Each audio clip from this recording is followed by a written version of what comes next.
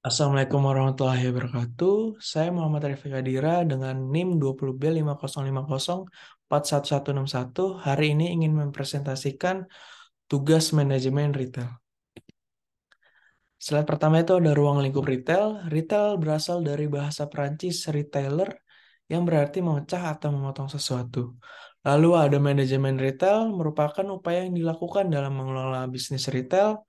Lalu ada bisnis retail, ialah semua kegiatan yang terlibat dalam penjualan barang atau jasa secara langsung kepada konsumen akhir untuk kegunaan pribadi bukan bisnis.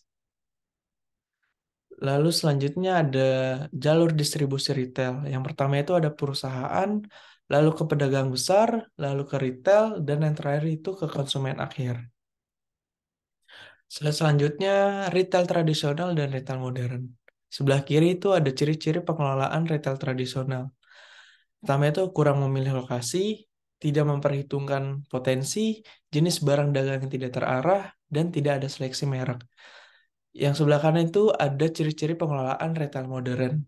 Yang pertama itu ada lokasi yang strategis, merupakan faktor penting dalam bisnis retail, prediksi yang cermat terhadap potensi pembeli, pengelolaan jenis barang dagang terarah, dan seleksi ketat terhadap pemasok. Lalu ada lokasi retail. Pemilihan lokasi retail adalah sebuah keputusan yang sangat strategis. Sekali lokasi dipilih, pemilik retail harus menanggung semua konsekuensi dari pilihan tersebut. Lalu ada faktor-faktor yang mempengaruhi permintaan suatu wilayah atau area perdagangan. Yang pertama itu ada skala ekonomi, lalu yang kedua demografis dan karakteristik gaya hidup, lalu yang ketiga ada iklim bisnis, dan yang terakhir itu ada kompetisi.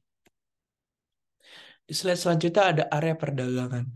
Area perdagangan adalah area geografis yang berdekatan yang memiliki mayoritas pelanggan dan penjualan dari sebuah toko.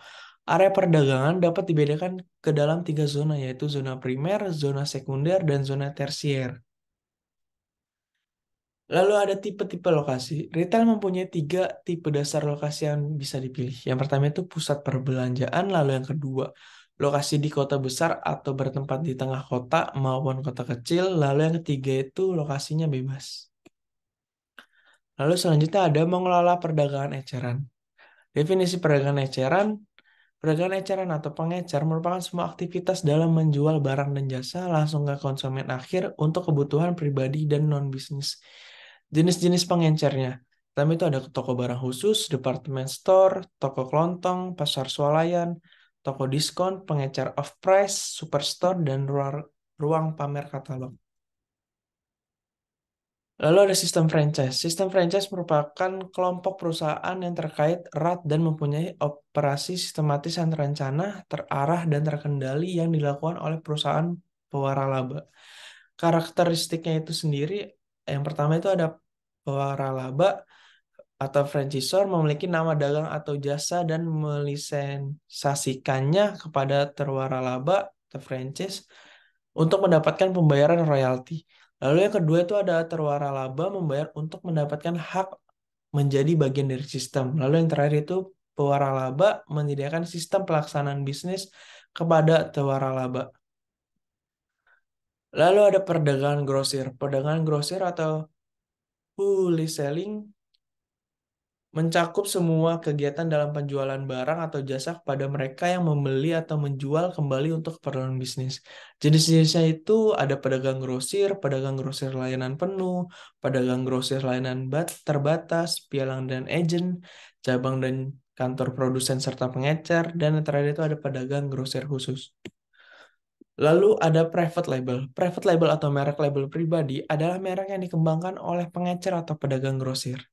Lalu konsumen saat ini banyak yang menyukai private label dan menyebabkan private label menguntungkan bagi retailer. Sekian presentasi saya hari ini. Bila ada kata-kata yang salah, mohon maafkan. Assalamualaikum warahmatullahi wabarakatuh.